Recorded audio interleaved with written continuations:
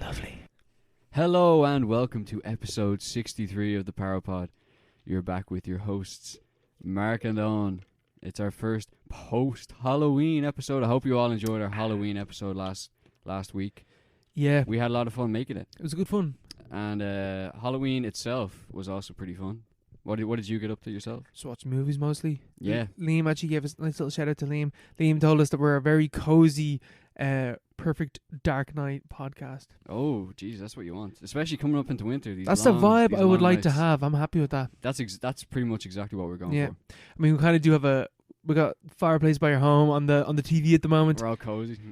I think, I like podcasting's awful during the summer. It's way too hot. It's not what you want to be doing. Yeah, like we had the idea of an outside thing. It never came to fruition. It's gonna, who knows what'll happen now, but we should have done that during the summer because there's no other way. If you're inside and it's roasting, it just doesn't work, Shit. Now it's great because I walked up here, my face was paralyzed. Came in, my face was literally paralyzed. I could not move the muscles in my face because it was so cold. But I like that, and I think that's conducive to a good kind of vibe, in the pod. I think it also helps is that because we do drink on the podcast. Oh yeah. It's like you know that cozy vibe of like going to the pub. Yeah, exactly. Yeah, I feel like around the fireplace, Yeah, ingrained in the heat. in the heat. Tell you what I was thinking about this week. Ah. I was thinking, all right. So I was listening to a podcast and they were talking about weird Catholic school experiences. Jesus, it's pretty dark. Yeah, but not that kind of weird dark experience. But in the 2000s/90s, because we went to the same school as well, but you were the year ahead of me. What did you ever have any remember doing your confirmation and stuff like that? Yeah. That's so weird though, looking back on it, isn't it? Doing confirmation. Just having a form of religion dictating on your life nearly. It is a bit strange. Like, what was the point? What always got me was the prayers. I didn't looking back on the prayers. I remember, I think it was for our communion where we had to, you had to sing the songs, and at the service you'd stand up, and all the kids would sing the songs, and the parents would look on and be like, oh, he's a good Catholic lad, he knows his stuff. But the songs were stuff like, I'm sorry, I'm really, really sorry. But what are you sorry for? You're 7 years old, what are you sorry for? Yeah.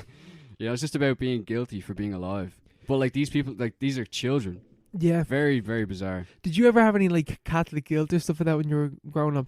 I used to think that the Virgin Mary was watching me, everything I did, and she could read my mind. Yeah. I used to think that there were cameras, for some reason, that she would have cameras in my bedroom.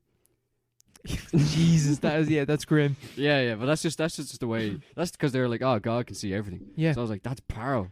Yeah, I used to be part of doing fucking everything. Yeah. I just feel guilty all the time. Yeah, but I used to think they could see everything. Yeah. But I suppose they could. Did you pray when you were younger? No. I used to pray with when someone died or whatever. But that's it. I didn't go to bed and have do the Hail Mary or whatever. Yeah, I would every so often. Oh really? Yeah. Just practice. Just from parowness. Yeah, from the habit. Yeah. Because you're always But my family, my family isn't religious at all. My dad kind of is, but it's not like we were saying grace at fucking dinner and stuff like that. Yeah, my family. It's just it was literally just from school. Yeah, my parents are atheists. I'm pretty sure. We just never talked about it. Never went to church once. Only for funerals and stuff. We used to go to Sunday mass, and then I started playing sports. Didn't have to anymore. Just fuck that. Yeah. It was a benefit. Yeah, it just sounds kind of bleak. It kind of it pushed me to get good at sports. So it was I never want to go back. Yeah, it's so dark. It's so boring. Mass is so boring. It sounds kind of cooler in the past. My mom has a story about when they used to go. I used to have to get up and get in your Sunday clothes and stuff like that and go down to the church. But her brothers, my uncles, would there's a break or something in between. There's an intermission. I don't know how mass. Yeah. I'm not sure how mass actually works, but there's a break. I feel like back then there would have been Maybe a break. It's an hour long or something. It is still mass is still an hour long. Is it not half an hour now? Back in the day, I'm pretty sure Sunday mass I think is an hour. Yeah, maybe. Because when you were younger, I remember you used to go off the kids and the older kids got to go off and go to not Sunday school from that kind of sense, but go off and do your do something else than sit in mass. Yeah. Yeah, because she was saying her brothers used to sneak off and go get a pint in the pub. Yeah. And then come back. Like, this is like midday on Sunday.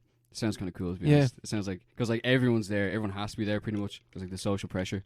So you're like, like, the sense of like, come on, the lads, we'll do something funny, you know? Yeah, like, that's not a thing anymore. No, not at all, you know? Everyone's kind of on different schedules. Like, yeah, I feel like if you want to meet up with someone regularly, you don't have church anymore. And if you're not, and you're not working, like nowadays you don't work in the same job. Like back in the day, if you're in a village, you'd see each other frequently. Yeah, at least once a week, you know, at mass. If probably outside of that as well. These days, the sense of community, it's gone. Yeah, no, it's gone. We don't know our fellow man anymore. Yeah, Catholic Ireland, bring us back. No, but it's crazy the stuff they got up to, you know. Yeah, man. Like the list of things that used to be illegal and stuff. Like how did they allow them to have a stranglehold on the state and stuff like that? Absolutely mad. It is mad, isn't it? And like having the priest come around and like knocking to your gaff and stuff like that, because that would have been a thing. Yeah, checking in. Yeah. You know, like the morality police. Yeah. You know, but he's like, how's it going, Mary? Yeah. But like, this is like probably the worst person in your neighborhood, you know? Yeah. It's like, it's just like a demon coming to your door. It's like, you're the worst person here, and you're asking me, like, what's the... It's just death when you open the door. Yeah, it's like a sight and all, like, do you want to play chess? Yeah, You watched that film this week, didn't you? I did, and I watched Seventh Seal. Yeah, Ingrid Bergman. As did I. Very Catholic film. It's not Catholic, is it? Yeah, like Christian film. Yeah. Christian film. I wanted to watch this because we were talking about 8.5, which is our recommended film for this podcast. And I wanted to watch something that was like another classic European director, because I feel like that's like a certain type of pretentious film that I'm not into yet. Yeah, we haven't. But I feel like my toes in the door. Yeah, we haven't acclimated to that. Yeah. I felt like we were going to transcend to something like that, you know, a few months in, but it just never happened. Mm-hmm. You know, we're comfortable in our poppy kind of zone. Yeah, we're very, you know, or like talking about like classic Japanese films. Yeah, that's cool. I feel like that's, I don't know. I just feel it's more interesting. Yeah, because there's more to talk, or there's more to like, you know, extrapolate. Like if something's released like 5 years ago, there's only so much you can say because it's only been 5 years. Yeah. You know, like Seventh Seal is what, 1957 or something? Yeah, 57. 50s anyway. Yeah, it's quite old. It's from a different era. Quite fucking old. Like, different era altogether. Also, it's not even in English. So you get extra points. You get bonus points for watching it. And it's in black and white. Man. Yeah. Like, I was watching this, and it's like a meditation on death. You're stroking my chin and like smoking from my pipe, thinking... Yeah, I grew goatee as I was watching it. I was there sitting like, I'm actually class. Yeah. I am better than anyone. It's good. It is good. You know, it is good. It's exactly what I expected. I expected a way darker kind of thing, because it's a comedy. Yeah, it is funny. It's like, basically a comedy about death. You know, it's a life affirming film about death and God, and how God basically doesn't exist. And stuff like that. It's like God is not here anymore. Yeah, he's like the modern man coming to terms with that. Because it is like the end of it is just like, it doesn't really matter like what you do. Sound. Well, and like that's like such a grim, bleak, like look on it, but it's also kind of hilarious at the same time. Yeah, it's also funny. It's like absurdist or something like that. It's just like, oh well, what are you gonna do? Yeah, because no biggie. It's all right in the end, you know, because it's your man Max von Sydow. He's great. I didn't realize, after watching this, I was like, I've seen him in so much. He's in Star Wars now. He's in loads of things. He only died recently, I'm pretty sure. Yeah, I think it was like 2018 or 2016, something like that. Yeah, he's a weird looking guy. Weird looking, creepy kind of guy. This is his first film, isn't it? Could be. I'm not sure. I think it's one of his first films. I don't think he was around that much beforehand. And Bergman's an interesting dude as well. Yeah. I don't think I've seen the stuff though. Like on what I heard about him, read up on him, he lived in a very religious household, and when he was younger, because like Bergman was like, I don't know how old Bergman was when this film came out, but he was like alive during like the World War II and stuff like that, obviously.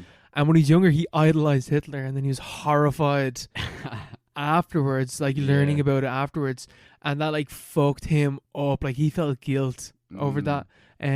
Also, you know, the Christian Catholic, Protestant guilt that he has. But you would be guilty after that, you know. That's something where you should be like, oh, I'm sorry. Yeah. You know, I'm sorry. You know, Hitler. That's a lot worse than, you know, like thinking dirty thoughts or whatever. You know, I liked Hitler in my youth. Yeah. But I saw an interview with him with regards to the film, and he's talking about how the whole thing of death, like how he kind of made the film as a way to come to terms with death, and how after he'd completed the film he didn't really think about it as much anymore, or like he sort of made his peace with it, because because it's a lot about belief. Like, it's not specifically about Christianity, but there's a lot of Christian iconography and stuff like that, but it's not specifically about Christians, because it's your man Max von Sydow's character was Antonius Block. Very strange name. And he's a crusader who's coming back from the Crusades. So he went off on like a jihad for like Jesus, and then came back, and like it's meant nothing. It's nothing. It's like a horrible like wasteland. Like, it's the plague. It's like the 12th century in Europe. The plague is there and all. Everyone's dying. It's a pandemic. It's a pandemic. So it doesn't like, things are not good. But even in terms of like going on the crusade, he comes back and he's like, well, that meant absolutely nothing. Like, I achieved nothing. Yeah, it's like the whatever God is out there obviously doesn't care for like, Mr. Block. Like, like, no God would send me off to do that. Like, and then, so clearly there can't be a God. and then he has to deal with that. And straight away he's met with this literal personification of death.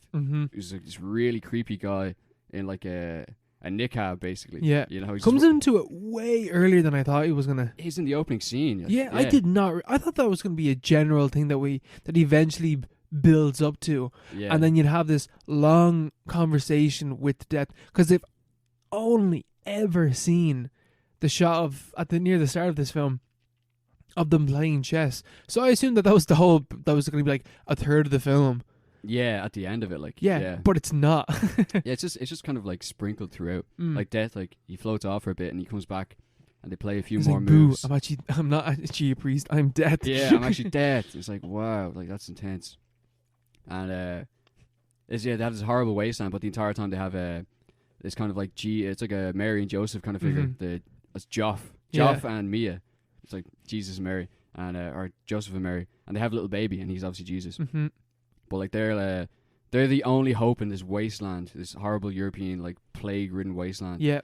But like everyone, like the world is so cruel around them, and your man Block, and it's cruel to them. Yeah, cruel to you're like Joff gets bullied. He gets barred. He gets hopped on. You know, it's not very nice. But they're artists. You know, they create art. They're actors. Like they're traveling actors. And Joff is always playing the character of the fool. Like the innocent kind of fool, and that's obviously like highly symbolic in terms of Bergman as a director. Yeah, like how he came to terms with like, you know, his own past and death after World War II and stuff like that. That like the artist is something that's kind of be like a beacon of hope. Yeah, or like, and the innocence of Joff is like something you have to like maintain like actively. Maybe, probably bit symbolic of that. Camus there, like Sisyphus. Sisyphus, yeah. Bit of syphilis there. There definitely was that going around at the time as well. That was also a plague, yeah. But yeah, and then Block takes kind of solace in their innocence and in their kind of like the hope that they provide. You know, there's really like cool scenes, kind of emblematic of the whole point of the film, where it's Joff and Mia doing like a big routine, entertaining the villagers at this town that they're passing through, and everyone's laughing and like sort of having a good time watching their little play. And then all of a sudden this like procession of monks come in, and they're all in black and they're bearing like this massive cross, and the music is paro. Yeah, so everyone was having a good time, and then these monks come in and they're flaying themselves and shit. Yeah, they're like flagellating and stuff. And so everyone was having a good time, and they come in and like they're supposed to be, you know, dedicated to God, but they come in and ruin like the mood. They ruin the buzz. They ruin the vibe. Yeah, the buzz is completely gone when they walk in. So it's like a death cult walking in. So it's like that kind of tension between the God that Block, you know, went like across the world to sort of like in the name of this God to do some like abstract acts of terrorism or whatever, and then he comes back, and the people committed to the God are the bad guys, basically, ruining the vibe of the earth Whereas it's like the innocent actors and artists and like, you know, kind of transients who don't really say anything about God or death or really care about anything beyond. They just enjoy life. Yeah, they don't care about anything. They focus on life, moment. whereas the Christians focus on death. Exactly. Yeah, yeah, and that's kind of the thing. And then you have that weird kind of like, I don't know what it is. It's kind of like a biblical parable. The way Block is playing chess with death the entire time. Yeah, he's like you're gonna every so often he thinks he's gonna like outsmart him, but like there's no outsmarting death. Even in terms of like just confessing to the fucking priest. I actually thought that was gas. Like that was like something out of an Adam Sandler movie where he's like they're confessing to a priest and he's like, but don't worry, priest, like I have a one up on death. And I was like, oh, what is it? I was like, I'm gonna do this chess move, and then he like reveals himself like, haha, I am actually death. Yeah. I now know your next move. It was like, I don't know, it's something I get out of an Austin Powers film or something, but like it's done very, very seriously. But it is funny, like it's a lot funnier than I thought. Except for the end. The end is like just, I don't know. The ending is so weird. The ending is still kind of life affirming. Like they accept. And she like smiles. Yeah, they accept death at the end of the day. And that's really all you can do. I think that's the message of the film. That's all you can do. Focus on, you know, immediate joys and living life. Death is going to happen either way and you can't really stop it. And then they have a big dance at the end. It's pretty cool. It's actually pretty similar to 8.5. Yeah, but it's better. You'd say it's better? Oh, yeah, 100%. You've already given the prognosis. We're only 20 minutes in. I know, yeah. He's already spoiled the episode. Oh, yeah, you can cut off now. Yeah, no, I do think it is. I think it's beautifully shot, though, you know? The blacks, the black whites. and white. Oh, it's gorgeous. It's gorgeous to watch. Extremely well acted. And even, like, I don't know,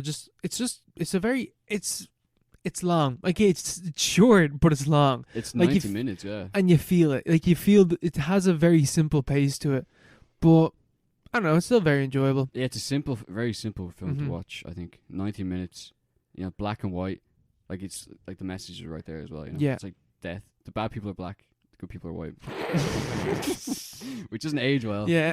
No. But, like, it's a whole thing, like, the light and darkness. Yeah. You know? Because death isn't the bad guy in the film. Yeah. You know? It's just something that's going to happen. He's just there. The ending was very, what's that name of that Edgar Allan Poe story? Masquerade of the... Mask of the Red Death. The ending of that was very similar. I felt like they're holed up in a castle, and there's like, I was chill here for a while, like kind of, you know, drink food, chill out, whatever, and then death just knocks on the door. Yeah, it's like, fuck. No escaping me, bitch. Yeah, there's no way out of that. But yeah, it's interesting to watch anyway. Definitely an old film. Definitely an old film. Definitely a film that came out in 1950s. Yeah. It is weird, like, because there's such a shift, like, if every 10 years, like, obviously the advancement in technology is probably, like, one of the main things about that, I feel. Like, just the cameras just get better, sound gets better. Yeah. Concepts just completely change. Yeah, how'd you watch this? How did I watch this? It's on YouTube. Oh, really? Yeah, it's on YouTube. Man, loads of films are just on YouTube. This is one of them. Is it public domain? Might be. I don't know, man. Someone just has it on YouTube. I don't know if Come and See is public domain. Like, there's a few Tarkovsky's, like, stalkers on YouTube. Yeah. Just like just chilling there. Yeah. Same with Ivan's Childhood, which is a 90-minute film by him that I'm gonna watch soon. But you know, we'll have to do that. We should do it in blocks. Like Bergman, Tarkovsky, you know. Someone else. Yeah, you know, Fellini, Fassbinder, or what's his name? Fassbinder. Actually, I got Did you get one of his? No, I got I got it. Satin Tango, you mad bastard. That's 8 hours long. It's 432 minutes. My goodness. Like, that's a TV show. I'm going to watch it as a TV show, obviously. I'm not going to watch that in one go. Like, there's no humanly possible way I could do that. Yeah. You have to dedicate a whole day. Yeah. Oh, that'd be interesting, though. Recommend a film for next week. Yeah, 100%. But go ahead and get your copy now. Yeah. I got something. What else did I get? Hariyaki. I got that as well. Ooh. That's the Japanese one, the samurai one that we were talking about. That's only Kobayashi. That's only like 2 hours. Yeah, 2 hours. So it's like shorter than all the other samurai movies that are meant to be unreal. Yeah. What was it? Seven Samurai. That was playing Lighthouse. It's like 4 hours long. It's playing Lighthouse. Yeah. It's only just 3 hours, I think. No, it's like 3.5. 240. Yeah. It's long. The guy in work was going to go see it, and I was like, "Is that not mad long?" He's like, "No, it's actually not that bad." Clearly, this guy is way ahead of me. Yeah. Way ahead of us. You know, this guy doesn't even care. He's just going to watch it 4 hours. He's watching 5-hour-long films. Like, it's no biggie. Yeah. I'm pretty sure it is. Anyway, all right. You should watch that. Yeah, I will at some stage. Well, Harryaki I definitely will, because I would love to get into samurai movies. I've never watched a samurai film. I watched Onibaba. I don't know if that counts as a samurai film. Yeah, I don't know. It's a Japanese film. I watched it last year. It wasn't great. Actually, it's like meant to be. It's like one of the classics, and I was like, nah. Yeah. 7 Samurai is 3 hours and 20 minutes. So yeah, 3.5 hours.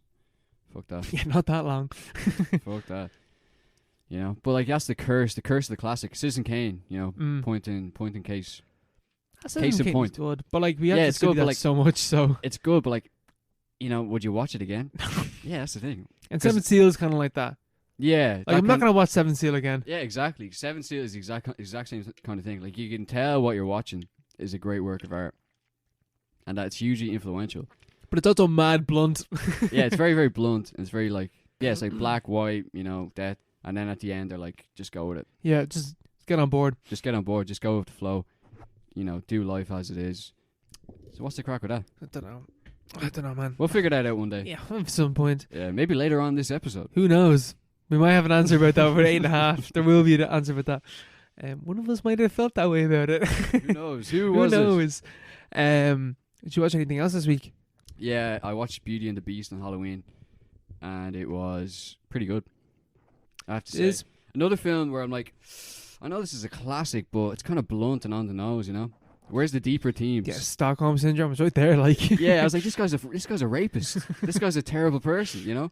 The Beast, I don't know. What do you think about the Beast? I think he's kind of in a grey area more. Yeah. I always think of that. Prisoner. I always think about that as like, I feel weird about the Beast. Yeah, I don't know. Even in 91, is that not a bit like suspect? Yeah, it's no, like, I don't know. He like out of all the princes, yeah, I'm iffy on I'm real iffy on the Beast. Like I don't know if I like him or not. Like the whole film is like apologetics for toxic masculinity, like 101. You know, like this Beast, he's literally a beast, like a violent beast who like he's abusive. Mm-hmm. He takes her prisoner. You know, and he's like obsessed with her. He's like always following her around. Yeah, but he has a heart of gold. He has a heart of gold. He also has a rose, and he's a romantic. Mm. And then at the end of the day, he gets the girl. But it's also a lovely film. Great music. Great music. It's funny how I thought I was saying this to you. It's so bizarre how this is a kids' film, 1991. This is the start of the Renaissance, isn't it? The Disney Renaissance. Yeah. Well, I think what films are included in that? It's Little Mermaid. Little Mermaid. I think this is just after Little Mermaid. Yeah, there's 4 of them. There's Little Mermaid, Aladdin, this, and Lion King. I think this is the second. It's 91 anyway. Yeah. And but I found it very strange because you're watching the film and all the female characters have like it's like they hired like an extra crew just to detail the breasts, like how they move, like every step they take. There's like a little, like it's just very responsive. I thought that was very strange, but that's the 90s, I suppose. Like the rest of the film's different the same. times, man. It's the same thing because I didn't know it was based on an actual fairy tale. Yeah. Oh, they're all based on fairy tales. Yeah, but I'd never heard of the original Beauty and the Beast. Yeah, to be fair. Yeah, but like they're all like Cinderella and Snow White and all. But like, wouldn't you update the fairy tale to like suit modern times? Like, not have it be this monster kidnaps a woman and just stick with the formula. You know it works. It's worked in the 18th century. It's going to work in the 21st. Yeah, like, audiences are always the same. Yeah, I'll have to watch the new one. Maybe they've updated. That's like one of the first like Disney remakes as well, isn't it? Yeah, made bank. They've all like now all that like renaissance of Disney films. Like they're all going to be complete soon. Like they'll all have been remade. Yeah. What's the only one left? What's that? Little Mermaid. That's coming out. Jesus. Like Beauty and the Beast was one of the first ones. Then there was The Lion King, which I've seen. It's one of the worst films I've ever seen. Jeez. And then Aladdin, which I refuse to watch. Like Aladdin is one of my favorites because I watched it so much when I was younger. Yeah, I haven't seen any of the new live action ones, but I wouldn't really watch them anyway. Maybe I'll watch Beauty and the Beast. Yeah, I'm pretty sure it's meant to be. The first one, Cinderella, is meant to be very good. Cinderella? Yeah, that was the first Disney remake they made. And you know what? Fair enough. It was like 100 years since it came out beforehand. Yeah, exactly. Plus, like, that has so many adaptations as well. Like, that's one of the more iconic ones. But yeah, I watched that on Halloween.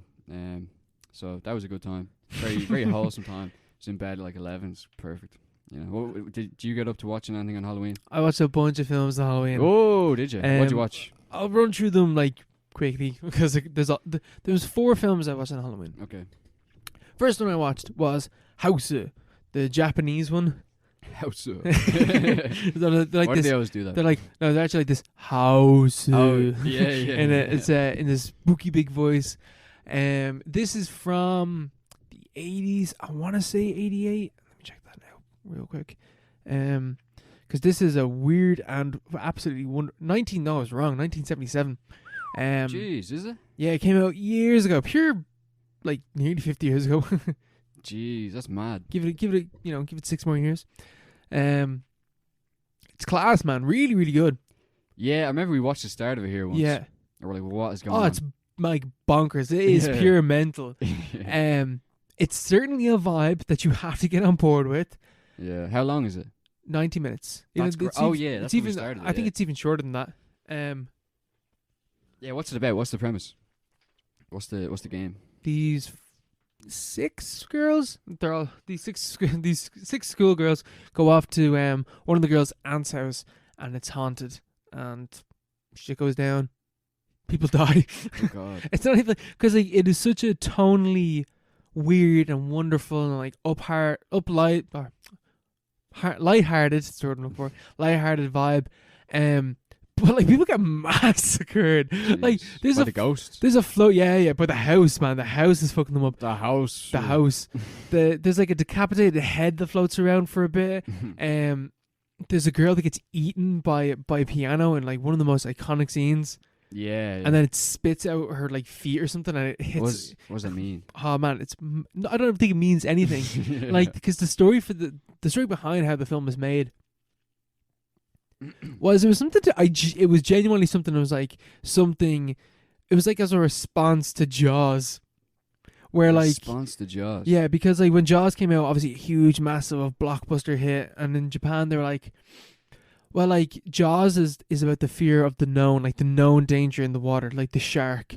What if we made a film that's about like the unknown? Like ghosts. Ghosts, like the inconceivable, the things that aren't really there. Like that's what you should really be afraid of. They're right.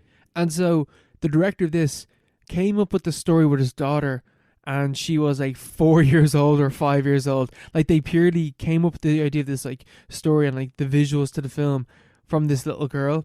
And like that's how it is shot so brightly. Like it's a vibe, it's an emotion. This is not a film I can't speak on this film in like a reading into a kind of way that we normally do. It's just a pure experience, and there's nothing like it. That sounds pretty cool. It is the most Japanese thing I've ever seen in my life. Ooh. In all of its glory. Yeah. That sounds. Because I mean, it's on the list. It's on movie, like, isn't it? It's been on my movie list for. It's gone off it now. Well, I'll probably never see that until it comes back on movie then. Yeah. But how did you see it? Some site. Found some site. All right. Well, I'd like to see that anyway. But yeah, I remember that was one. Maybe it was YouTube. Maybe it was one of those sites. But yeah, maybe it wasn't. That was one of the ones that first struck me when I signed up the movie. Yeah, like, this looks really cool. Yeah, I was like, oh shit, they have this. It's a great film. A great film. If you can get on board with it, it's an absolute blast and a joy. It's like eating sugar. Not bad. The next film I watched was The Thing, classic John Carpenter. A classic. Have you seen The Thing before? I have before, years ago when I was younger, and I thought it was good, but I didn't think it was like great. All timer, yeah. Watching it now, pretty great film. It's one of the all timers. Yeah, absolutely. It's one of the first scary films I ever watched. As in, like, it's a good one, and it is still scary. Yes, it still holds up, because it's the effects, combination of the effects, the suspense, like the premise is paranoia. Yeah, the script is pulled off so well. Like it's airtight, absolutely airtight. It's so good. It's one of those films that you just like. It just it just rhymes really well. It's like Back to the Future or something. Yeah, it's just perfectly Like sort of, it just ties itself up. It's a mystery. It's suspenseful. It's also scary. It's a sci-fi. And it leaves science fiction, aliens and stuff. Yeah. And leaves us. There's like an end. The ending is great as well. It leaves something for you. Yeah, something yeah. for the viewer. 100%. Which I thought was great. It's a puzzle. It's a puzzle. Yeah. I'm like watching it again because again it's been years since I first seen it. I forgot like who was the thing and who wasn't the thing. I forgot what happened in this film and like who. Like I obviously remember who survived at the end. Like I remember the ending because the ending is chef kiss, amazing, iconic, one of the best endings. So obviously I remembered that, but like everyone else in between, I was like, okay, I know that they all die, but I can't remember how or like why they die or like what kills them. So like watching it again, I was like, I actually can't figure out what is going to happen in this film if I didn't know the ending. Yeah. Which is a great feeling when you're watching a film. You're like, I have no idea where this is going. Yeah, exactly. And it's like the plot is so kind of or there's so many characters and it's kind of convoluted. Like the premise is very, very simple, but the plot is like going everywhere. Yeah. And I'm not sure who dies and who. Obviously I know who dies and who doesn't, but I don't know the order and like why and like the different scenes and stuff. So like it's something you can go back to. You can rewatch. I've rewatched it quite a few times. I wouldn't normally rewatch films, but I've rewatched the thing quite a bit. As the stuff with the dogs always gets you. Like always gets me. That's such a good boy. What a good boy. I know. It's like it's one of those films where like the dog is the villain though. Yeah. That's the worst part. Yeah, the dog is evil. Like the dog is pure evil. Yeah, and they turn the other dogs. It's like it's scary. It's definitely one of the all-timers. Yeah. And one of the things that I did not pick up on the first time I watched this was the fact that like it infects people. Like if this thing bites you, it'll eventually turn into you.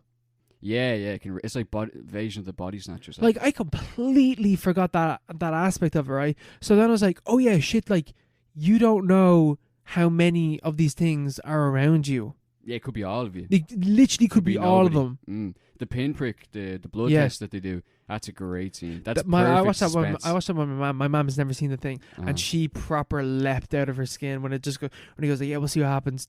Yeah. Like it's so sudden and like it gets you. Even when I was watching it, I remember that happening. I could not remember exactly when it happened. So like it got me as well the second time around. It's great. It has everything. And the special effects are mind-blowing, man. Oh my god. Like the stop motion in this film is fucking insane. It's mad how they did that. Yeah. Mad how they gave it up.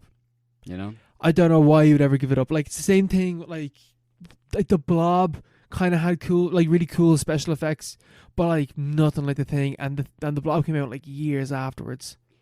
Yeah, that's true actually. Yeah. Like the Thing holds up exceptionally well. Yeah, it's one of those films that bombed to bits as well. Yeah, I don't understand how. Because I think E.T. came out the exact same week, or the same month or something. So everyone was like, aliens are cool and friendly. You know, I think it was one of those films anyway. And this film is obviously the exact opposite. It's a horror science fiction where aliens are like, you know, horrifying, and it just bombed. It wasn't even critically well received. Like they're like, great special effects, but this is just, you know, this is by the numbers kind of stuff. And then it aged like fucking wine, you know, and people love it now. You know, it's one of those films. You can see why. It can't be remade as well. Can't be remade. Yeah, well, they tried to. They tried that. Yeah, we'll forget all about that though. The prequel. Have you ever seen that film? Yeah. 2011, yeah. Real bad. Load of shy. One of those films that even when I was a kid, I was like, that is a bad movie. Yeah. It's not even like offensively bad. It's just the fact that it's competing against. It basically is just a remake of the Thing, but it's supposed to be the exact same plot. It's the same plot, and like they went to the trouble of doing practical effects for the monster and stuff like that. But then in post production, they're like, this doesn't really work. Let's just do CGI over it, and it just doesn't. Yeah. It doesn't, like that's so much part of the spirit of the original film, and then they just, you know, pissed all over it. I do want to rewatch it though. Like after watching the Thing, I feel like it's on like Prime or something like that. Yeah, I feel like that one's more accessible than the actual The Thing, because like I remember I saw the Thing, the prequel before I saw the original The Thing. Yeah. Like I saw the Thing, like the fuck, I hate the way they got the same name. The prequel. I saw the prequel like around the same time that it came out. I think I saw it on like Sky Premium or something like that. So I would have been like 12, 13. I saw it then, and then watching The Thing, OG, later, I was like, this thing's just way better. Yeah, yeah. It's actually just mind blowing the difference between them. Yeah, it's shocking. It's shocking. Do you prefer The Thing or Halloween?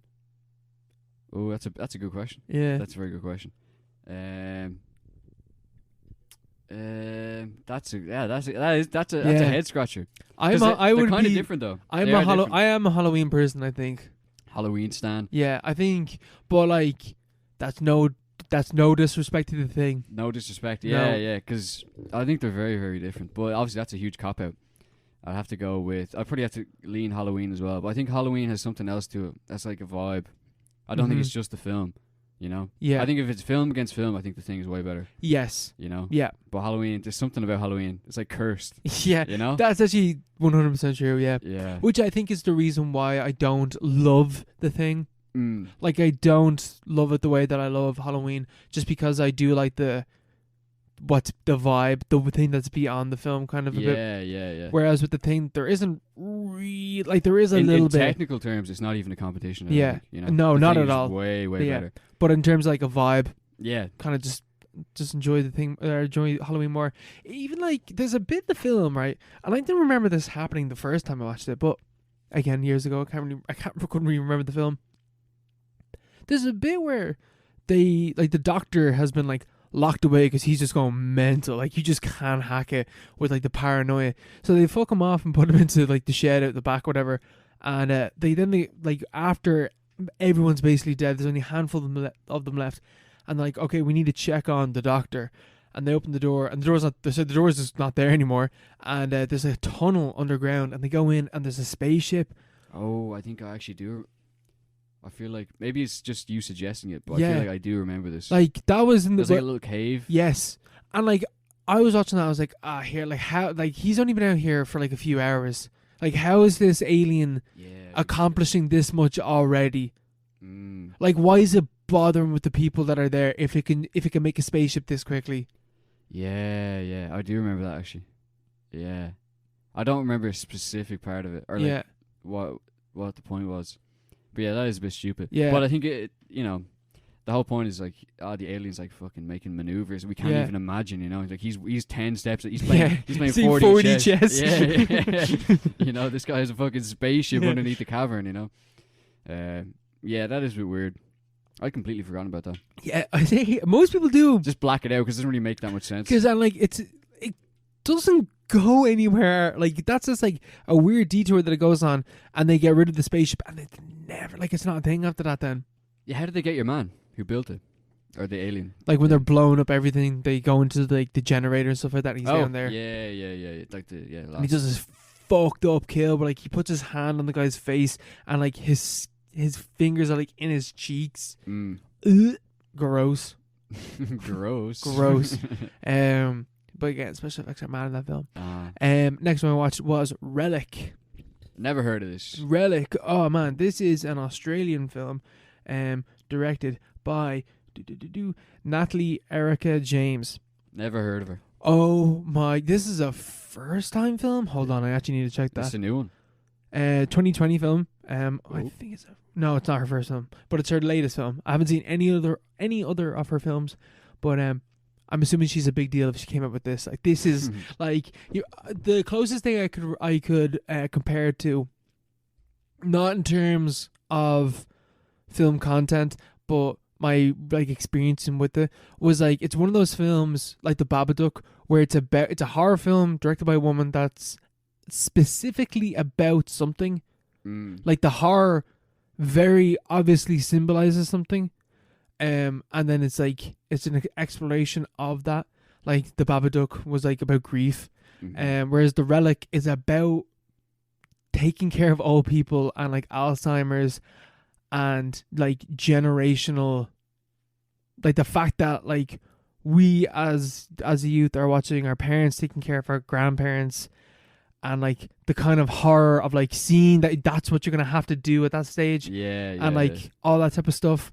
I think this film is amazing. Honestly, I absolutely love this film. Really? Where'd you see it? It is on Shudder, right. but it's also on Rakuten as well to rent. Probably on YouTube as well. I really recommend it. It's only like it's 89 minutes, something like that.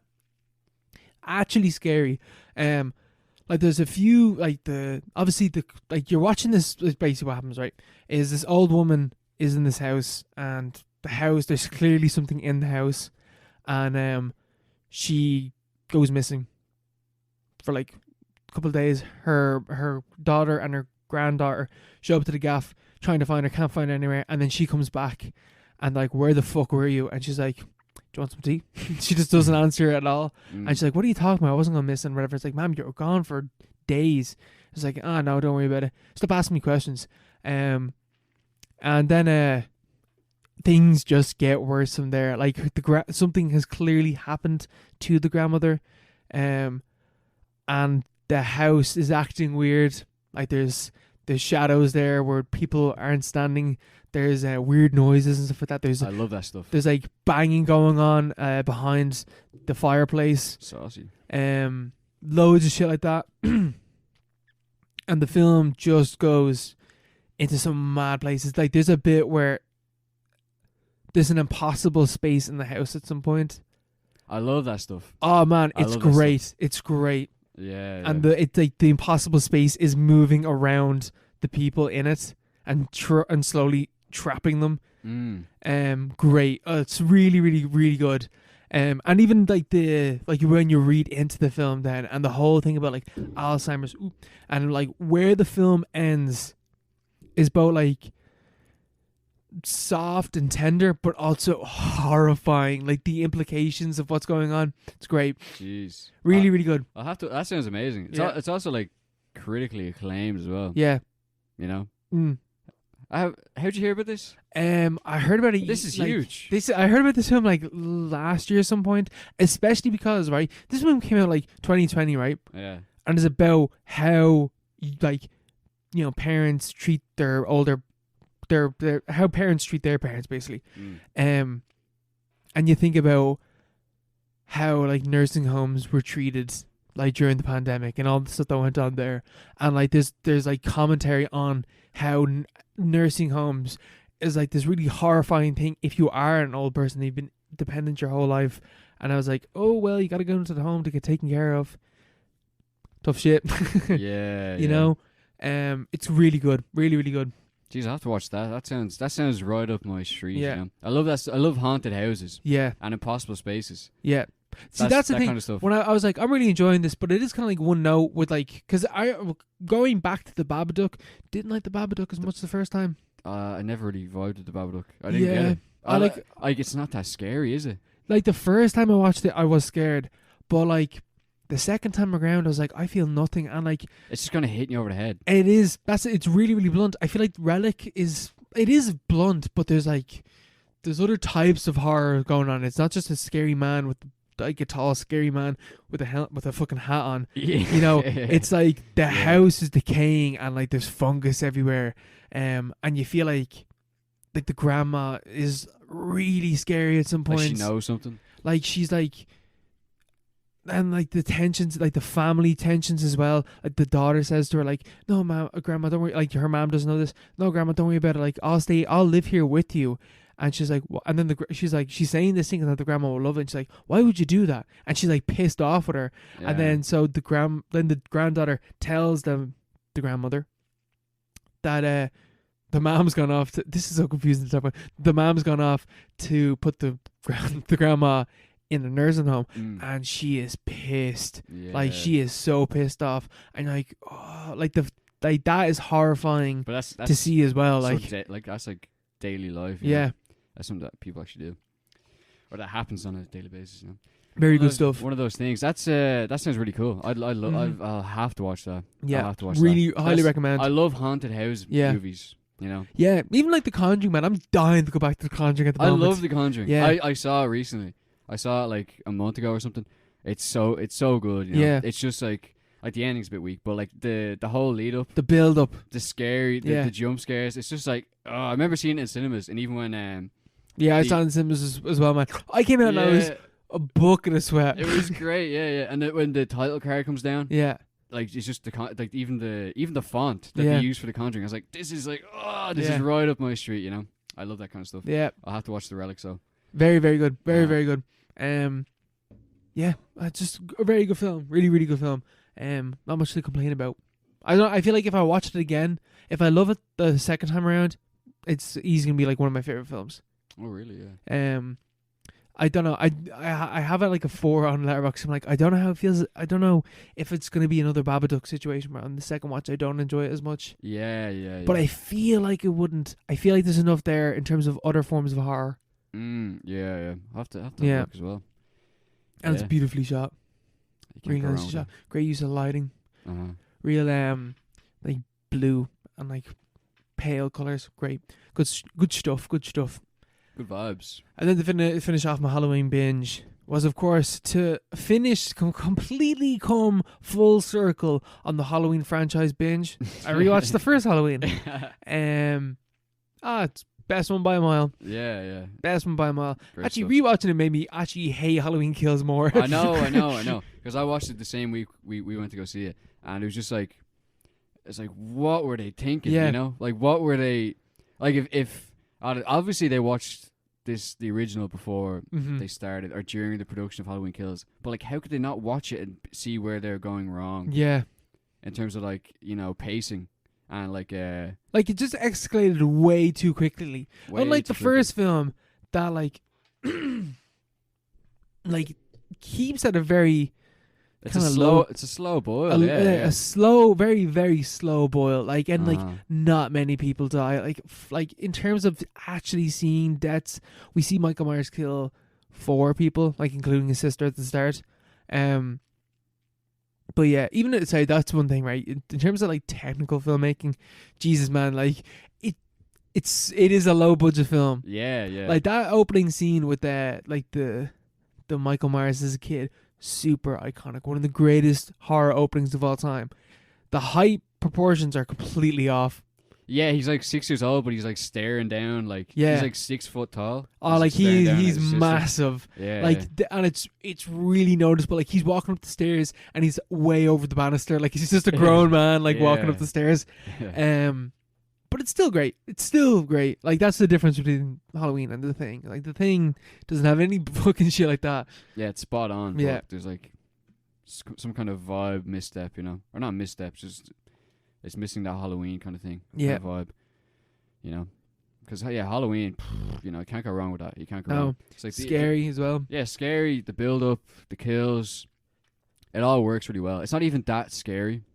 No, not even. Like, but it's just like there's like foreboding. Like it's like a sense of dread. Yeah, all the way through it. The inevitable. Yeah, no jump scares really or anything. You know. No, not. There's one kind of jump scare. Yeah.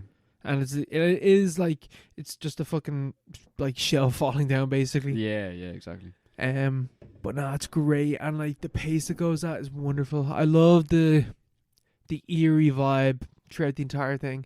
Like just like it is one of the coldest films I've ever seen. Yeah. It kind of like thinking about the film in comparison to like other films at the time. Yeah, it's weird how like, because obviously we know, having gone on our whole sort of adventure through the Halloween franchise, we know that they go in the direction of Michael being either cursed or being like a demon who is immortal and can't be killed, which is kind of like interesting in terms of like how he relates to other killers. Yeah. Like at the time, in the sense that like you get the feeling, like you don't understand how they extrapolated that from this film. Yes, because there is a sense through the film, even though it's never mentioned or hinted at in any kind of way, but you get the sense that he's like something else. Yeah, there's something not right. Like like it's great. He is like the way beyond. He yeah. And even to like how he looks. Like that mask, man, it's easily the best mask. Yeah. The one where he's staring up, like even the way he just stares at Laurie. Just standing there staring. He's standing, and it's like it's scary, so like my monkey brain just kicks in. It's like, no, don't go that way. Yeah. Like run. He does the power stance. Yeah, it's like chest out. Yeah. Like some fucking Dicey's bouncer. Yeah, not to knife. Oh. No, yeah, he is scary, and like obviously at the end of the film, you know, it's like, yeah, he's pretty immortal. Like he's a bit of a beast. But it's not. But that's like the last thing, because up until that point, he wasn't like that. Like it's only at the last point where you see, where you see, oh no, he's beyond human. Like there's something else there. It's not like, okay, that's where we're starting at, and then we're gonna go in insane ways through each film to explain why he's still not dead. Like the highlight of that is like 4 to 5. Like getting shotgun blasted to bits. Yeah, and like, throw down a mine and then blown up. It's like, no, don't worry about it, he's grand. Like he, like, even in terms of like when we reveal that Michael Myers is like, you know, beyond human, it's not that extreme. Like it's extreme, but it's not that extreme. Like the new one is actually exceptional. In like all those middle films, like technically speaking, the new ones is like the new one is actually the worst one. Like the new like Halloween, the way that film ends, it actually is the most extreme most extreme Michael Myers is a fucking animal beast. Yeah, it's just stupid. Well, like it's technically speaking, it's like what, maybe the fourth best in the franchise. Yeah. Like in terms of how it's made. Yeah. It's made very well. You know, 50 million budget. Like you're not going to make a bad film, technically. Yeah. Jesus, if it was, man. Yeah, exactly. But compared to even, you know, the Paul Rudd film, like the, you know, 4 and 5, it has the most ridiculous and like stupid way of kind of like of portraying Michael Myers. Because as you say, at the end of the first one, like he, you know, the iconic scene where he's falling off the roof and then suddenly he's gone. It's not like you have a first person shot of like bones, you know, cracking together, and he's getting up, and then he starts like, you know, he throws like a throwing knife at Loomis through the window and stuff like this. It's like, it's nothing crazy. But he'd do that in Kills, man. Yeah, he would. Yeah, he's just gone, and you're like, it's left up to the viewer to be like, where is he? Yeah, where'd he go? Yeah, you know? Like where'd he go? Yeah, like very like, simple. Very simple. He's out there. Like where is he going to show up next? Yeah. Where is how do you do that? Where is that? Where is this unstoppable trauma machine that's just blasting through suburbia? Yeah, like and where why is he doing it? It's like, never explained, never hinted at. You know, he just does it. You know what? It's inevitable. Like it's gonna happen eventually. Whereas Halloween Kills, like, and I actually think what's hilarious is, after what I just said, was the funny thing is, like, the extremity of like how unstoppable Michael Myers is more or less like rewriting previous films. Like the start of Halloween 5 is like ridiculous. Like that is just like, this is not Michael Myers like that I know and love. But that's, you know, right, trying to get into a new film and then have that story. Halloween Kills ends with that, and then like in the same like 2 minutes re-explains that, like, oh no, he's still going. Yeah, like it's the worst ending. It's so bad. The other thing as well is that like thinking about Halloween Kills after watching this film, like, it just makes you mad. Watching Halloween is like, it just makes you like, what were they doing? Like, I am just more like, now, like, that script is so bad. So bad. It's like A, B, C, you know, very simple. Halloween Kills doesn't really have an act structure that I can tell. It's just all over the shop. Yeah. Very. They could have had the mob thing. It could have been great. You know, that you can do that. The way they portrayed the mob, as we said before, in 4 is better. Yeah. But even though it's not even the central part of the story, if they'd done it as the central story in Halloween Kills, they could have done it ABC, very, very simple. Michael Myers, chased by the mob. What happens, you know? He gets away, obviously, because it's the third film. But he doesn't, you know, get killed and then come back. Yeah. You know? They should just hire us. Oh, it's a shame. Give us a film. It's annoying. It's annoying. Yeah. But Halloween 1, very, very good. Very, very good. Classic Halloween. Classic. Halloween fair. And then just one last one, just because I also saw this film this week and I was thinking about it. I saw Dune this week. Saw it on Monday, day after Halloween. We'll include it in the Halloween binge. I agree with everything you said. Very, very good film. It's a great film. No, I wouldn't give it like the 5 stars that like everyone seems to be giving it. It's got a lot of hype. It really suffers from being a part one of a complete story. Like I never had this, like, I don't know, this kind of sense that, like, it could end now, if you know what I mean. I felt like it could have just kept going, and not in the same way that you were saying about that as a praise. I was kind of like, I'm kind of left cold by the end of this film. It's still unreal. Still, the effects are just mind blowing, man. The scale, like the music. That's what cinema is about. The music, the visuals, the vibe, everything about it is like unlike anything else. Like, it's unreal. I also saw it on IMAX. Again, it is kind of the only way to see that film. Like it 100% is. I don't think you should see it. I don't think it'd be worth seeing it any other way. It Because they have out in HBO Max. So like, why would you watch it why there? would you bother? You know, you don't have to pay for that as well. To pay to watch it. Yeah, you do. You do indeed. Insane. Absolutely insane. It's 100% going. It's worth going to the cinema and seeing it. Especially if you have an IMAX nearby. Good film. Can't wait for the next one. Yeah, it'll be good. The next one will be good. Yeah, it does just kind of, it just ends. Just pure drops off. Yeah. But I didn't mind. Like, I would have stayed for another 2 hours. But, like, I was about to get up, and I think I was saying it last week, I was about to get up and go for a piss. And then I realised this is the end of the film. Because there's a line where it just sort of telegraphs this is the final fight. Yeah. And they're just like, here we go. I was like, I thought there was another like 2 hours left. And it ends real quickly. It just ends, yeah. Just ends after that. Which I didn't mind at all, because I was like it kind of leaves me wanting, or left me wanting. I don't know, you kind of like thought it suffered. I wish it wasn't, I wish they were already making the new one.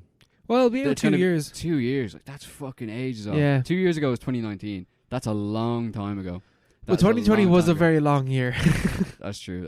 Hopefully 2022 isn't as long, you know. Well, maybe it. Yeah, whatever. But whatever. Yeah, good times. Good film. We go for a break. Yeah. And now on to our recommended film of the fortnight. This is 8.5, directed by Federico Fellini. Big name. Big man. Huge man. Big man. Big balls on him. This guy did La Vita. What's it called? La Dolce Vita. And he also did Bicycle Thieves, didn't he?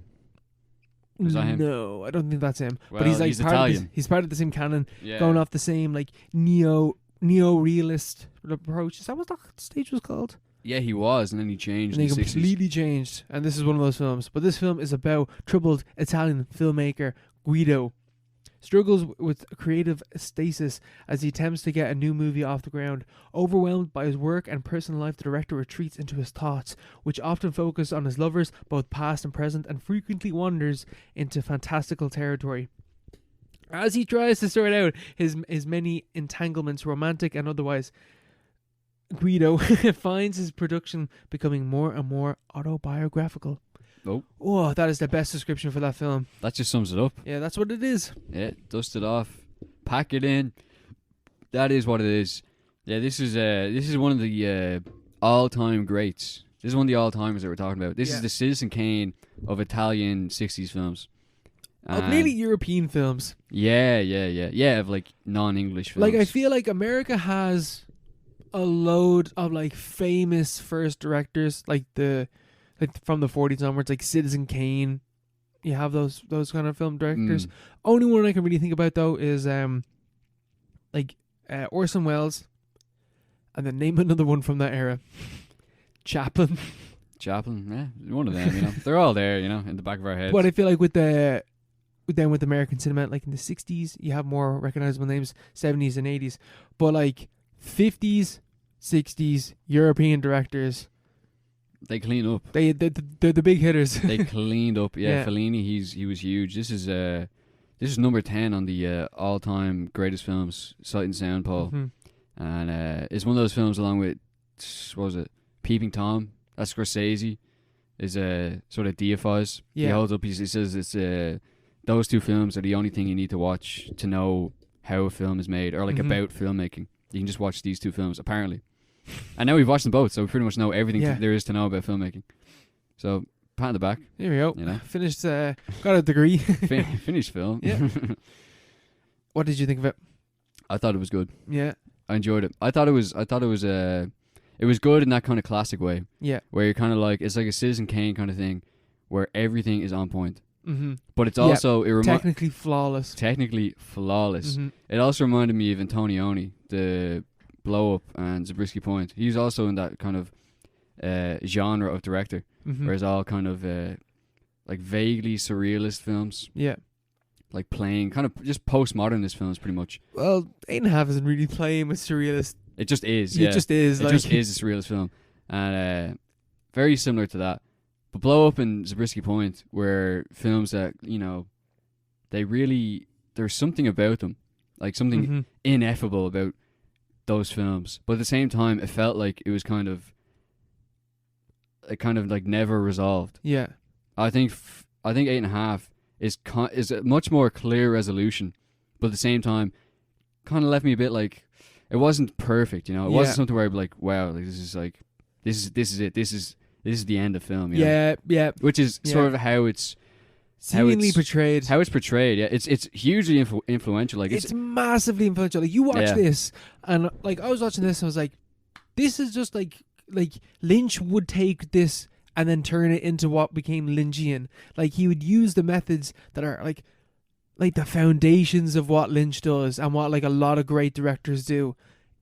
It's in this film, but it's not fully realized yet. Like it's very, it's so blunt. Yeah. But it's also kind of like abstract and like you're not sure what's going on. Yeah, and like I don't know, I felt very alienated by this film the entire way through, which is my biggest problem with the film. Like technically speaking, like I wouldn't say I enjoyed this film at all. Like, there's moments that I did. There's moments that it's not actually true. There are moments I loved in the film. Right, I loved the flashback scene to him in the orphanage. I thought that was a great scene. That was like so cozy, so warm.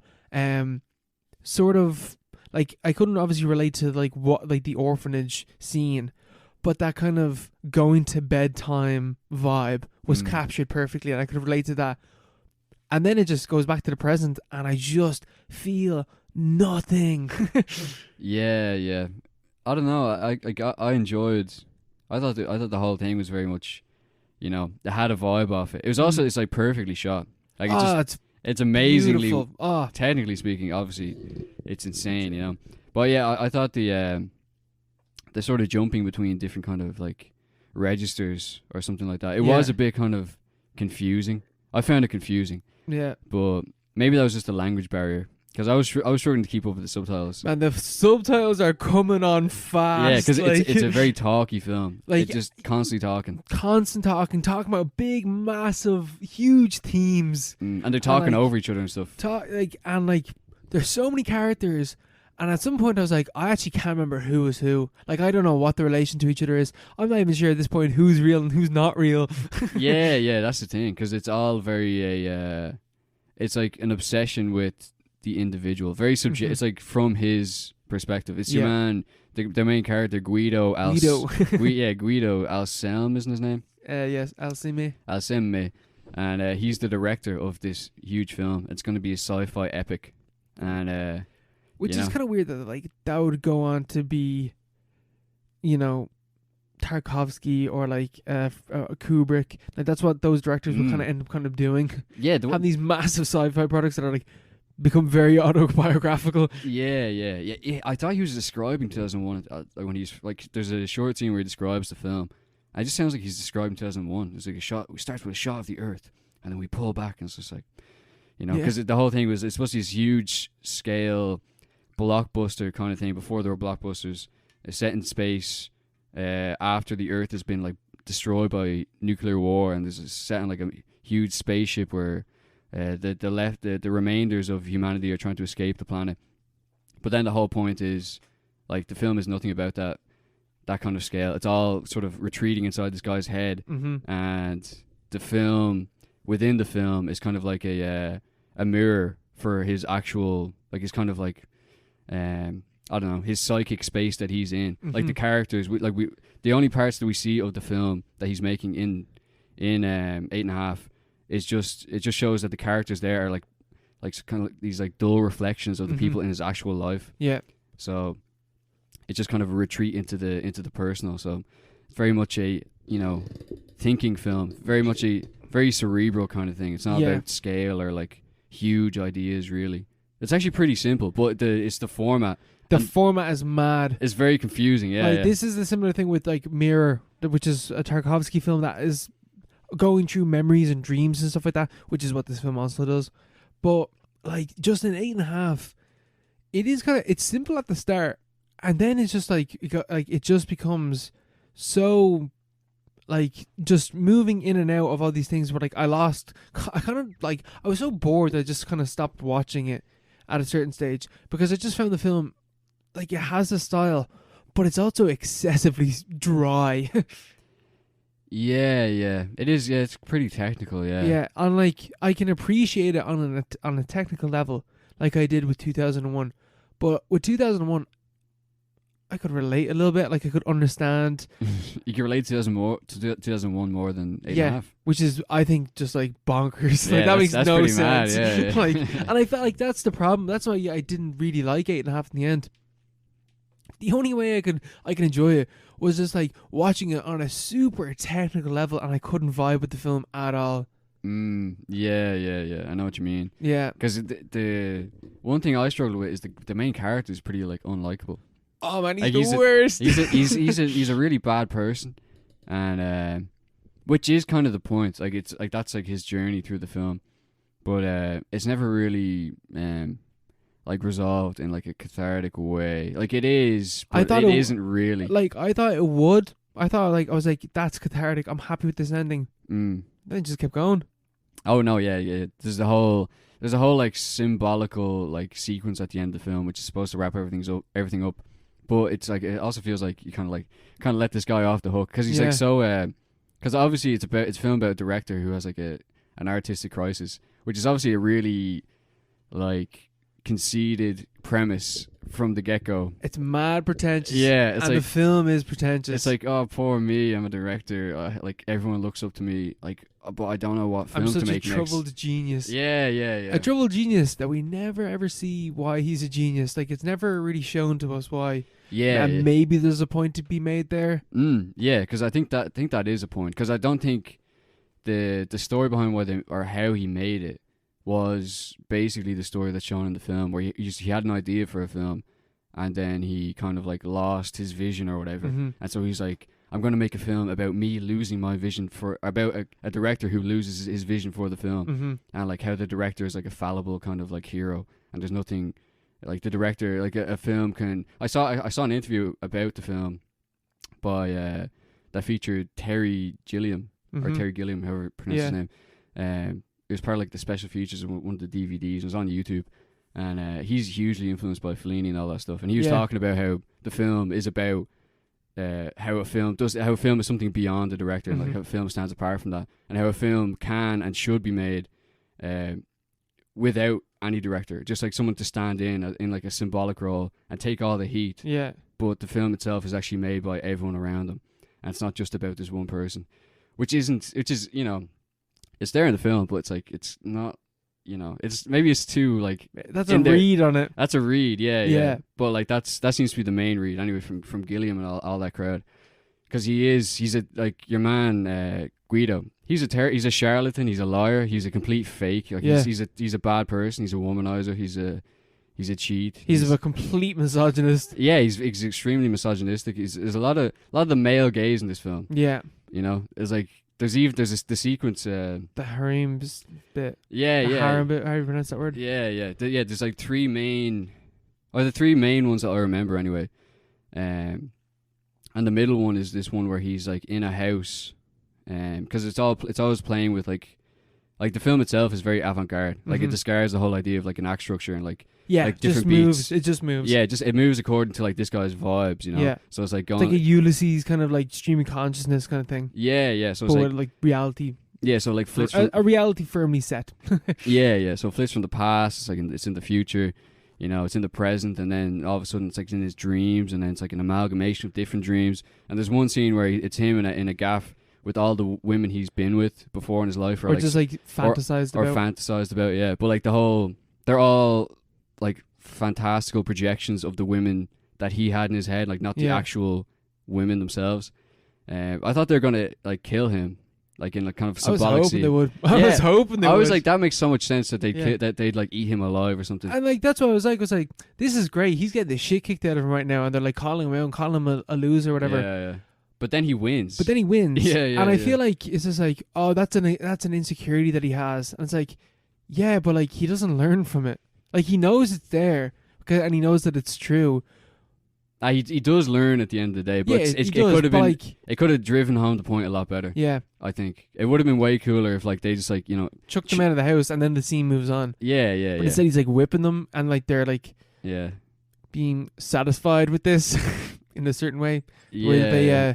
the way that they react to it. And it's like, oh, I don't want to watch this incel. Like, yeah, because that's the kind of thing. Like, it just kind of, there's a clear way they could have ended that, and I feel like they should have just gone with a different way. But the whole thing is, he like sort of he beats them off, but he recognizes internally, because the whole film is like a struggle inside his head. Yeah, because he's battling with these inner demons and like this, trying to figure out why he can't move on with this project.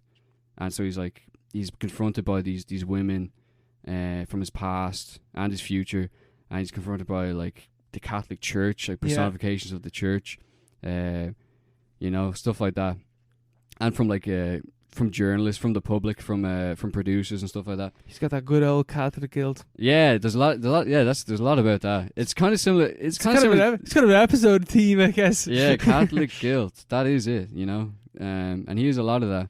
He sure does. Jesus, as an Italian. But yeah, it does kind of like, it doesn't drive it home as well as it could, but I feel like it still does enough that it makes sense. That's the thing. But that's the problem I had with Blow Up and like Zabriskie Point as well. I think that's just a thing with Italian like films, or like that kind of school. It's just like it never really lingers on the point enough for me to get like I don't know, to get like not like an understanding, but like a connection to it, I guess. Like I feel like if it just held on this idea for a little bit, and maybe it's an inherent problem with having an extremely unlikable character as your protagonist, which can be done and can be done very well. There's loads of examples of that, but the problem probably is that you're really exploring this character and none of it is likable. Yeah. Like, it's not like a Patrick Bateman, who is clearly an unlikable character, but there's a bit of a charm to him as well, and you never really get. Well, this guy's also like, he's pretty cool. He's got sunglasses, But like, but the sunglasses, he's hiding himself from the world, and it's not like Patrick Bateman, where like, and like, I'm not to be a film bro and say like I relate to Patrick Bateman, but I did more with this guy, and like that's ridiculous. I related more with Patrick Bateman than I did with the main character of 8.5. But at the end of the day, like, obviously Patrick Bateman is completely irredeemable. Yeah, he's as a character, but that's the point. He's a worse character. That's the point of the film, obviously. But in this film, he's supposed to be redeemable at the end of the film. Like, that's his redemption. Is he meant to be like redeemable at the end of this film? Yeah, of course. Like, that's the whole point of the end of the. Are we meant to feel good for him? Yeah, because he moves on. Film completely fails at that, I think. Really? Because he's just too unlikable. But like it's a whole process of like, yeah, he is really unlikable. But I think that's just like a product of the fact that the person who made this that the guy is just a self-insert for the guy who made the film. Which is that is like a big, like, that's so conceited, like, to make a film about yourself. Like, he's not redeemable in the slightest, yet the film really wants me to think he is. I think he is, though. Is he, though? I think like, he is. Doesn't really, like, I don't know if he suffers enough. Like, I feel like the suffering isn't that bad for him. It's not that bad, it should. No. Like, there's such a huge build-up in it. There's such a huge exploration as to why this guy is the way he is. But, like, come on. Like, he's it would have been more cathartic. Like, I think that scene where he's with all the women that he's fantasized, the fantasy women in the palace kind of thing. Maybe I think that's a really good idea for a scene. If they landed it would have been, if they landed that, it would have worked. It would have changed the vibe. I think it would have been very cathartic if, like, they turn on him, because obviously the point, like, the film is making all the right points. Like, the point is these fantasy women, like, they're his projections of these real people. Yeah, and he recognizes at the end that these people aren't just objects, that they're real people in themselves, and they're supposed to relate to them as people. But how I should treat women as humans. Yeah. But like, that's the whole point. He comes to that that realization, but it's not shown really. It's kind of just implied at the end of the film, and like what happens in the sequence is they turn on him. They're like, here, you're not what the god you pretend to be. Like, you're not the king of this palace, even though this is inside your own head. And you're a loser. They start abusing him, and they turn on him.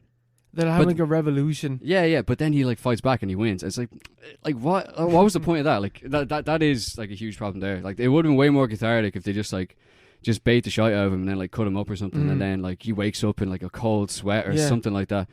But he does realize that it's all like a thing it's all that he's kind of separated himself from the world, because the whole thing is he sees film as this kind of technology of control, as this thing where he can dominate the world around him. Yeah, he's creating an entire landscape. Yeah, so he deifies. He's a god. Yeah, the people around him deify him as like, oh, he's the director, he's the auteur, he's the head honcho here, and he buys into that. He self mythologizes, but he realizes at the end of the day that it's not like that. He's kind of like distancing himself from the real world, and to his own detriment and to the detriment of everyone around him. Yeah, and that's why he's so unhappy. And that's what happens at the end of the film, because as we're saying, there's 3 main sequences of like that I noticed of the kind of surrealist dream sequences. Like at the first one, you have the kind of iconic opening where they're in traffic, and it's smoke and like everyone's staring at him, and it's really claustrophobic. And then you have the one with the fantasy women, and then at the end you have one where he's being interviewed. He's doing like a press junket or whatever, and there's all these like this crosstalk and all these questions firing at him, and he just doesn't know what to do. So he crawls under the table, and he points a gun at his head, and he shoots himself, kills his ego, metaphorically. And then when he they don't show him shooting himself, but a gunshot is heard, and it cuts to his mother, like his dream figure of his mother, like crying out to lamenting him. And then when you cut back, suddenly he's like at peace, like he realizes that it's not just about him. It's not that he's not the head honcho, and that he can like join hands with everyone else, and with his estranged wife, and with all these fantasy women, and the real versions of them, and sort of live and let live in the kind of Seventh Seal kind of way, like to vibe with life, which is the message, which is really simplistic, but that is the message at the end of the film. It's not it's not that this guy's so cool, Just didn't get that though. Yeah, it is kind of abstract. I just didn't feel like that, and like the problem is that like I've seen the films that are inspired by this. Like I've seen Synecdoche. Kaufman, yeah. Hugely influenced. Man, this is so Kaufman though. Like Kaufman does the same thing. It's like so pretentious. Oh man, so conceited. Like what you're just describing there is just basically like I'm thinking the ending things, and it's also Synecdoche, New York. Yeah. Like it's the same plot as Synecdoche, New York. Guys struggling to make art. And like the biggest, what is the fucking way that a Synecdoche is? Wait, Schenectady or whatever. Schenectady, how is it pronounced? Schenectady, apparently. Yeah. Like the small thing representing the thing at large, all that type of stuff. I feel like I understand that more than, and like I think the way that Synecdoche, New York, like explores that is in a much more confusing way than 8.5. Yet the message of it, the characters, the emotions, the vibe, I connect with that more than this. This is so alienating. Like I just couldn't vibe with it at all, and I couldn't therefore get into all this like cool, like the stuff that you're describing there, the like realization stuff like that. I just couldn't get into it. I think the main obstacle is the fact that there's no one, like aside from everyone except for the main character only really exists in relation to him, and everyone suffers from his actions and from the things he doesn't do, like his wife and what's her name, the one his mistress, whatever. Whatever her name is, whatever, Carla or something. But so like everyone hates this guy pretty much, or everyone suffers because of him. Yeah, and at the same time he's not really that likable. So there's kind of like an emotional gap there. I don't know whether that's a generational thing, or like maybe in the 60s this is more like traditional kind of masculinity thing, where you have like auteur theories all the rage at the time as well, where like this guy's pretty cool, he's also like kind of pulling down the conventions of the way we deify the director. I think a lot of the reception plays into that, the fact that this is basically a deconstruction of the director as the as the main kind of artist behind this is film. Pure auteur theory. Yeah, but it's like the anti-auteur theory. Yeah. But it's kind of a cold kind of thing, which is strange because it is very playful and very surreal, and in it's terms so of form. Beloved. Like I don't understand why I couldn't do it. It is hugely like loads of people love this film universally. And like that's why I've never heard someone say something bad about that's this. why it hurts so much, because I like it feels like something that I should love. Yeah, no, that's the exact same way I felt about Blow Up and Zabriskie Point. And I haven't seen those films. Yeah, Blow Up specifically though, because Blow Up is kind of in the same ballpark where people like it's a legendary. Like Zabriskie Point's kind of like an aside, but Blow Up is like a legendary film. Yeah, Blow Up's massive. It's his main. It's Antonioni's main film that people remember. But I didn't really get it, you know. Yeah. But like there was so much there, and the premise is so cool, and like I can see what the, you know, I've read about it, and I see what they're what the point was and stuff like that. But I'm also like, it seems a bit simple, doesn't it? That's the way I kind of feel about 8.5 it's a bit simple, isn't it? I don't know why. I don't know. But like, maybe we're just plebs. But yeah, like it is so complicated, and it is like the first to do it nearly. Yeah, maybe it's just the formal, like the experimental aspect of it. Because this wasn't done, you know. This was never done before. And I don't understand why I can appreciate that for it even. Like, well, that's the problem. It's like the temporal block. We have no idea what films. Like, we have to... Like, maybe it is just our lack of understanding of film. But, like, I feel like I shouldn't have to watch fucking pre-1960s films to appreciate this one. Like, that's a bit of an ass. Like, fuck off. Yeah. To be fair, like, I appreciate it in the same way I'd appreciate coffin films and stuff like that. Like I'm Thinking of Ending Things was... like less or more talky than this, but I would prefer 8.5. But they're doing very much the same thing. Yeah. 8.5 is maybe even more experimental, I think, in terms of like. I would think so. It's jumping all over the place and doing different things. But it is. I can see the connection. Yeah. I can appreciate the connection, but at the same time, I liked. I'm thinking of Ending Things. I really like. I think of Ending Things. I didn't love it, you know. I think though, which is the same with 8.5. I think though, if I was to rewatch it, or I'm Thinking of Ending Things, I think I wouldn't like it as much. Really? I don't think so. Why? I just got that feeling from that film. I feel like if I was to rewatch it, what if you rewatch this? I don't know. I feel like maybe with 8.5, but like, it just left a bad taste in my mouth. You know, I don't know. I can see why I would love this film. I can see there's so many reasons for it why I should love this film. And the fact that I don't makes me like hurts, because I feel like I can see why it's acclaimed. I can see all those aspects of it. Oh yeah. It's just can't vibe with it. Technically on point. Yeah. But there's also like huge amounts of like it's something you could write about. You could easily write an essay on this film. Like, easily. Jesus. It writes itself, you know. Yeah. Like apparently Fellini was mad into Carl Jung and stuff like that. Like dream interpretations, like obviously Carl Jung and like Sigmund Freud, the two big daddies of psychoanalysis or whatever, and they're huge at the time. Yeah, huge, massive at the time. And but like 8.5 is like that's the entire film is about that. Yeah, like, it's pretty much Psycho and Freudian thought in the film. Yeah, just interpreting. I just bailed on that. just interpreting dreams. He's just interpreting dreams, and it's just all about very simple, like how do you even say that? Symbology.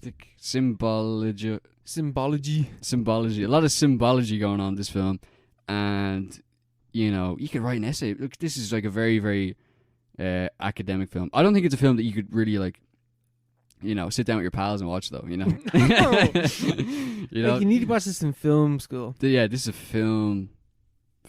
Yeah, a film's. Film. This is a letterbox movie. Yeah, definitely.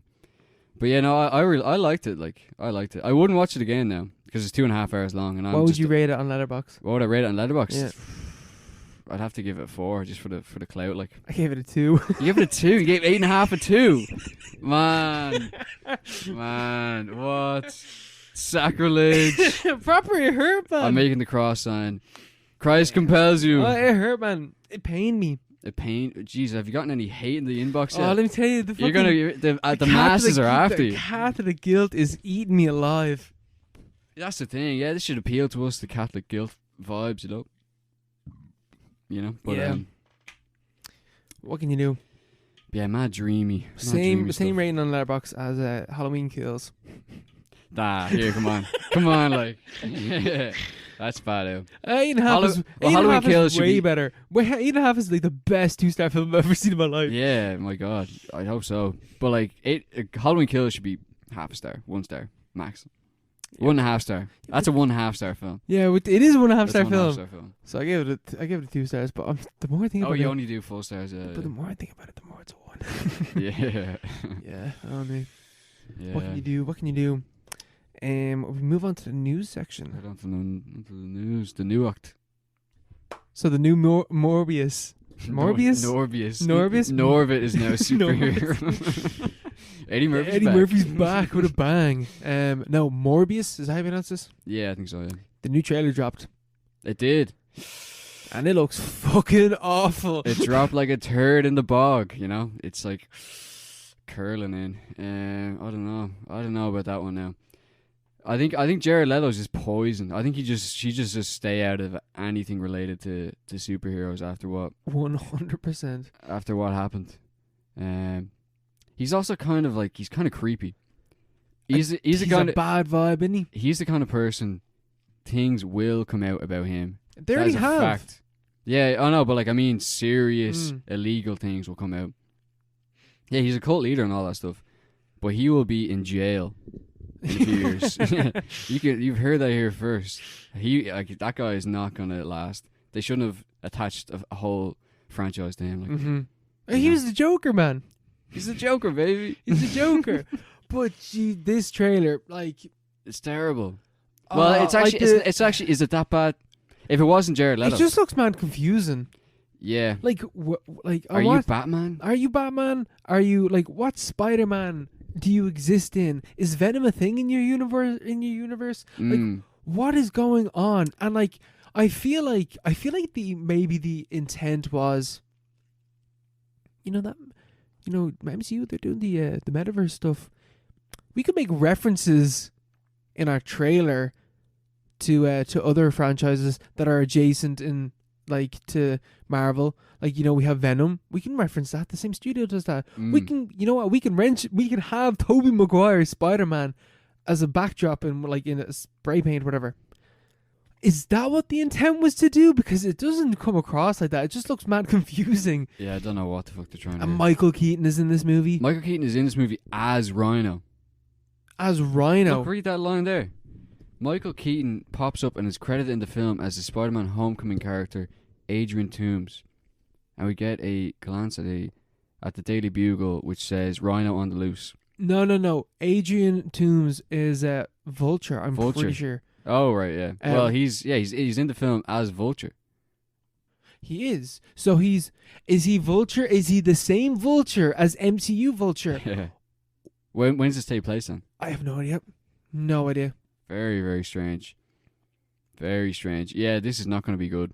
Guaranteed. No. This is guaranteed garbage. 100% that is going to be dog shit. That's going to be so bad. Yeah. This is out in a few. It's only out in 3 months. This is out in January. Yeah, there you go. Written off. That's all you need to know. No one will see this film. This is dog shit. This is guaranteed rubbish. This is just putting the Parapod on the line. This is gonna be a bad film. This is gonna be terrible. No one will see this. My God, I can't believe they even bothered with this. Yeah. They must have made this in 2018 or something like that. You just have to put it out. I feel like it was delayed. Definitely, yeah. I've never heard of Morbius. I love how they explained who he is at the start of the trailer, because obviously no one knows who the fuck this guy is. The trailer is literally the film. I don't even have to see the film now because of that trailer. I know exactly what is going to happen. I know beat for beat how this film is going to play out. Yeah. The only thing that I'm not sure of is if there's a villain, or is it just genuine that he's fighting himself? Because if so, that's going to be such a bad movie. Yeah, no, they'll have some throwaway villain in there. But I love how they're they have a line, Jared Leto's I want to save as many lives as possible, and then it's just a scene of him clawing people in the face, slitting their throats. That's Morbius, I'm pretty sure, or that's the evil. That's him, it's a Jekyll and Hyde. Oh, wow! This film changed altogether. Maybe it's gonna be really good. I didn't even get that. No, it's a Jekyll and Hyde. That's what I understood. So he's a villain. He's both. It's like a Venom kind of thing.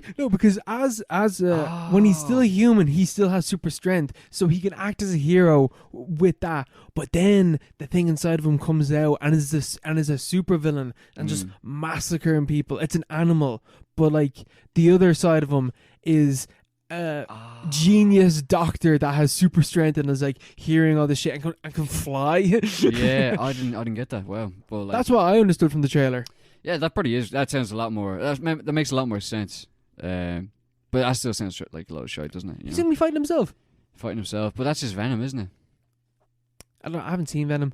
But like that's what Venom is. Like based on what I've seen in Spider-Man 3, that's what Venom is. Yeah, it's like he's a, But like he latches onto you. Yeah, but like Venom and like Eddie Brock are like one and the same. Like in the Venom, apparently like Venom and Venom Let There Be Carnage, it's super gay. It's really, really gay. Apparently, I've heard that by like It's a gay. lot of people. How is like that? Venom and Eddie Brock kiss at one point.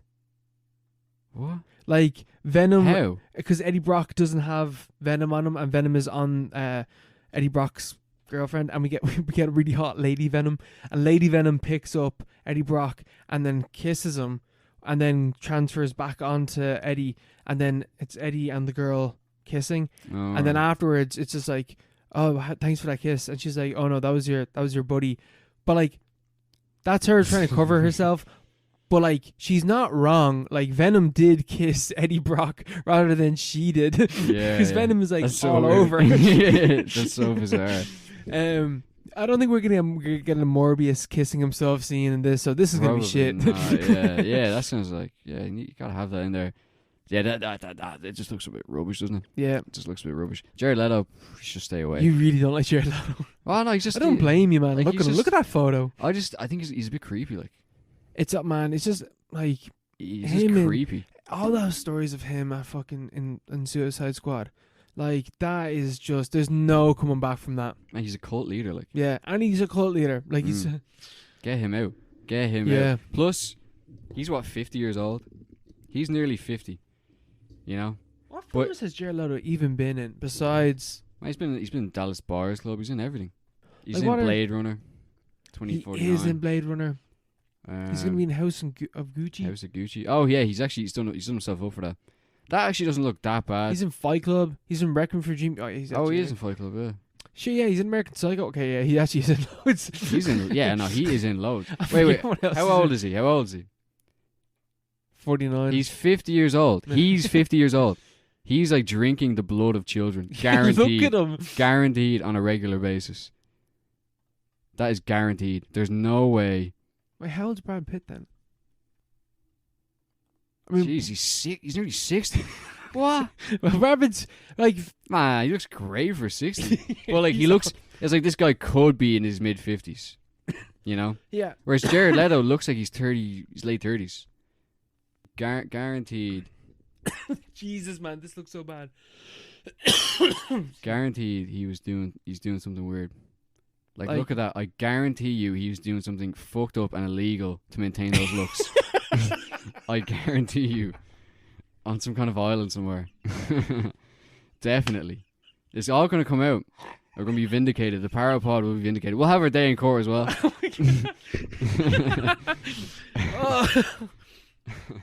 Yeah, man, like that's like Brad Pitt is reasonable. Like. Yeah, Brad Pitt. That's it. Brad Pitt at 50. Like, you know, like what the fuck? It's when you do the side by side. This guy's 50 years old. Look what he just was. Oh man, like come on. Carrying his own head. That is fucking. The Met Gala, my God, that is so funny. This guy. He's doing something illegal and some. Guaranteed. Come on. That's just a documentary, Morbius. That's just his daily life. Yeah. He's like another Army Hammer. Yeah. It's like he's actually just not acting in sorry to bother you, were like, Jared Leto's not acting in anything. Morbius just is what he is. Yeah. Oh, that's so funny. Oh, jeez. We go for some listener questions. We will, yeah. I want to get the one. We got the one at the moment. I haven't checked in a bit, so we'll see. You got other questions, so. Yeah, Liam's asking, would you ever consider doing live commentaries? I mean, it is something that we could think about doing. It's just we could do it. On what, though? YouTube. Like, but on what? On a film? That's on a film. Yeah, we could. Have to be a certain kind of film. Yeah. I also we need to figure out how to do that. Yeah, first of all. First of all. We need to see if we have the computing power to do that. Yeah, like... Are we able to record ourselves and then? Didn't we tried that before? Didn't we? I can't remember. I feel like we did, but we couldn't figure it out. But it must be pretty simple. Like unless I don't know how YouTube is doing it. Like unless it was something like you edit down a full fucking episode of us to like the best bits. Like we're watching something, and then you just download the film, and then clip it to make it. I assume that's how we do it on a. Like if you're to upload that, because we obviously can't upload a full film with our commentary over it. Like you can't do that. But like, you know the way that you see like YouTubers will do that, like trying to watch whatever. Yeah, try not to laugh challenge. Yeah, I watched so many of them. But like I feel like you could do that. Like you just take clips. Yeah. Oh yeah, you could definitely do that. Yeah. And I'm sure that's under copyright. Like that's fair use. Fair use. That's definitely fair use. Yeah, if it's not like outrageously long. Yeah. Which it wouldn't be, So we could definitely do that at some point. Live commentaries. We need the right films though. Can't just do any film, Otherwise be bored. Yeah. So sitting there just watching 8.5, so, saying nothing throughout the entire thing. Yeah, if I was live commentary for 8.5, I'd just be like, It needs to be like a Trolls 2 or something like that. Yeah, or like a Neil Breen film. Yeah, we should watch Troll 2. You've never seen that, have you? No. You have to go see that. Never seen that film. We have to see that on IMAX. We'll go see that. Yeah. 40. 40. Yeah, actually that'd be amazing. 40X, the one they haven't seen in the world. Yeah. With the flaps beside your ears. When they're eating, they just throw fucking puke on you. Yeah, the green slime, yeah.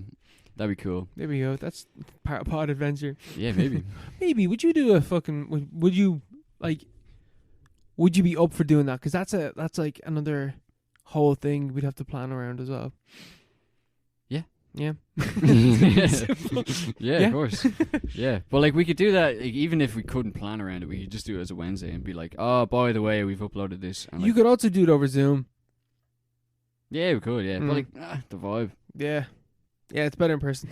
yeah, it's better in person, So we could, it could be done. Like we could do that for a recommend. Nah, we couldn't do that for a recommended film. No, but, I don't think so. Just some silly film. And yeah. we could do it, and then just release as an episode. Should we have those really long YouTube. cables anyway, so we could we didn't have to sit here anyway. We could sit anywhere. Yeah. The world is our oyster. Outside episode. Let's see. On to the next question. And the next question is coming in from Carl. Shout out to Carl. Shout out. Fair play to him. Brother Carl. He's back. Well, he's gone again, but he'll be back. He'll be back at some point. And he's asking us, what are your ultimate cozy vibe films? What are the coziest films you've seen? Dazed and Confused. Yes. Has to be up there. Dazed and Confused is cozy. Cozy. You can sit back as Owen is sitting back right now in his in my dressing gown. In his slippers and his dressing gown, just living life in front of a fire, and you can watch that and your life be perfect. You probably fall asleep, but in a good way. Yep.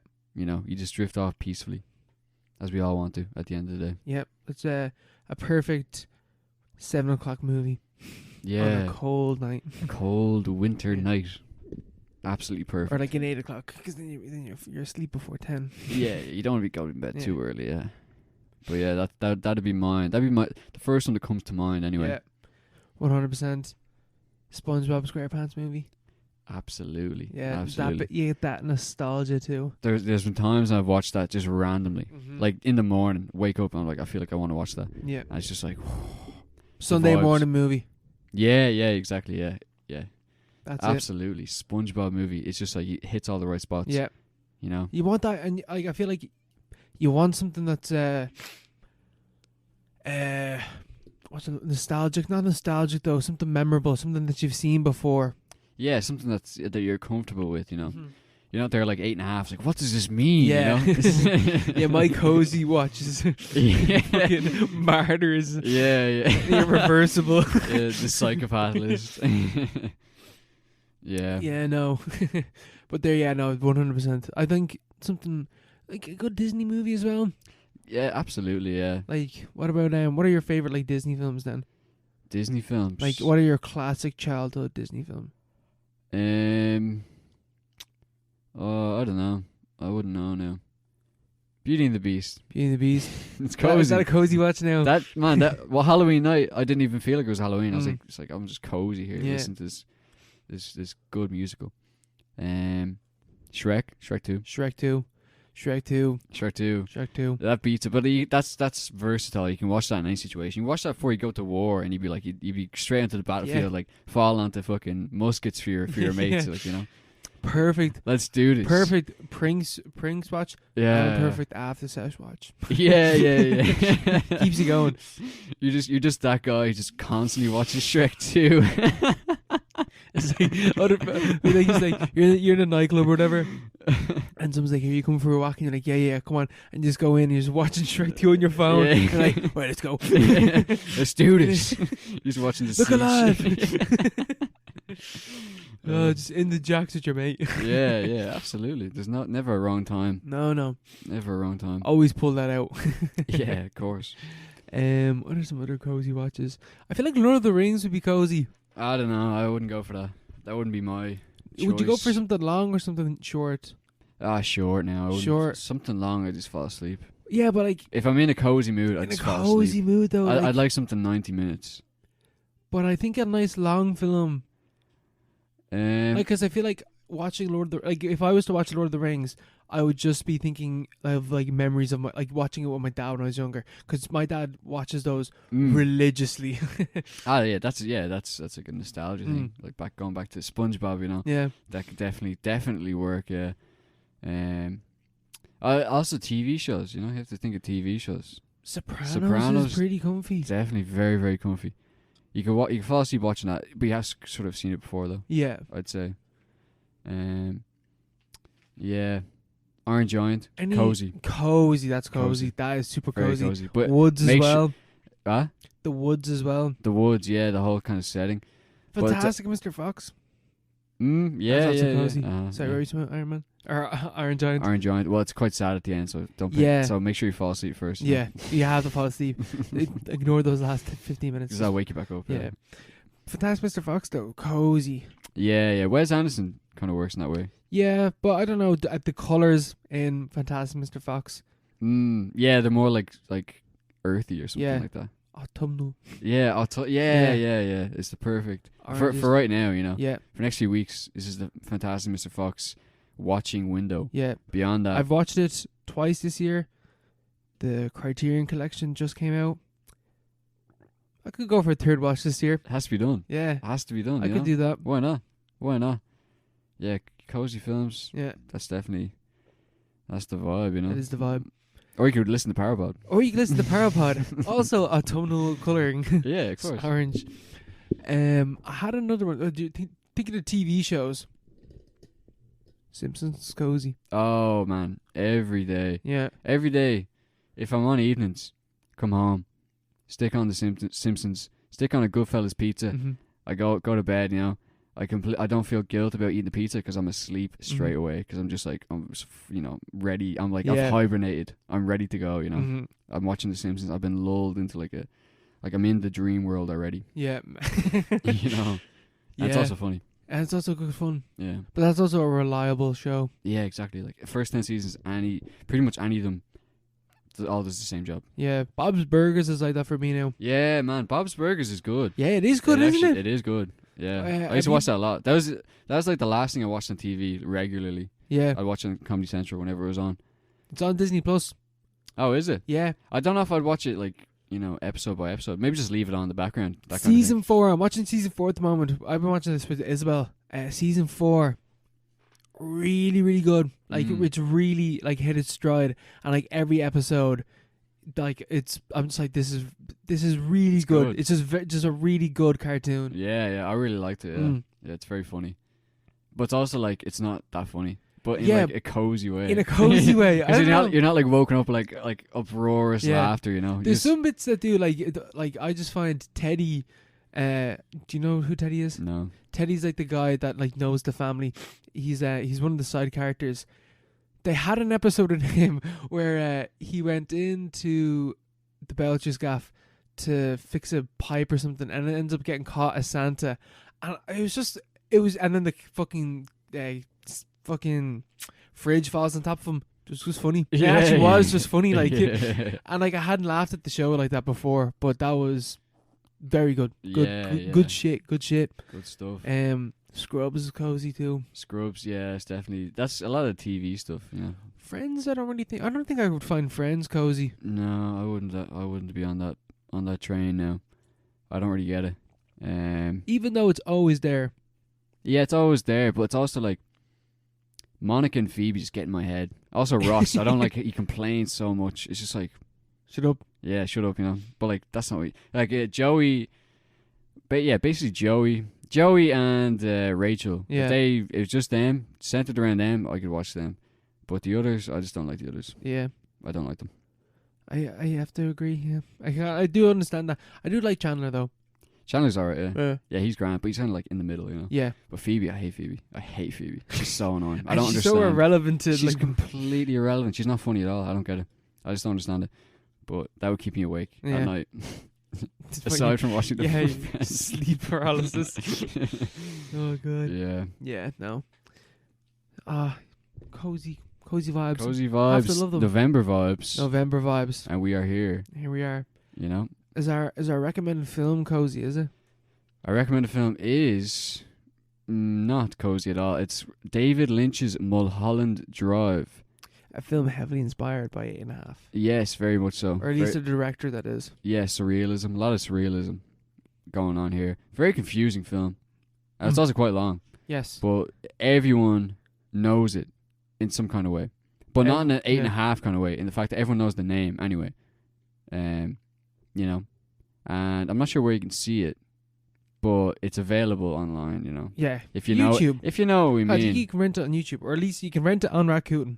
Exactly, yeah. So you can rent it somewhere. And it's our boy, David Lynch. He's obviously a good friend of the podcast. And we'll be doing that for episode 65. 65. In 2 weeks' time. And it's going to be an interesting one. Because it's quite a confusing film. And we're going to thrash it out. See what happens. See what our takes on it. Yeah. Our takes are on it. On the film, you know. Like, what actually happens? Yeah. What's going on? What about the hobo scene? Yeah. We're going to figure it out. All the answers will be revealed next time on a Power Pod. Oh no. Yep, cool. Good stuff. I'm looking forward to that. I can't wait. It's gonna be good, not cozy vibes, but good fun. Good fun. All right, we will see you all next week. Bye. All right, I'll see you guys. Bye.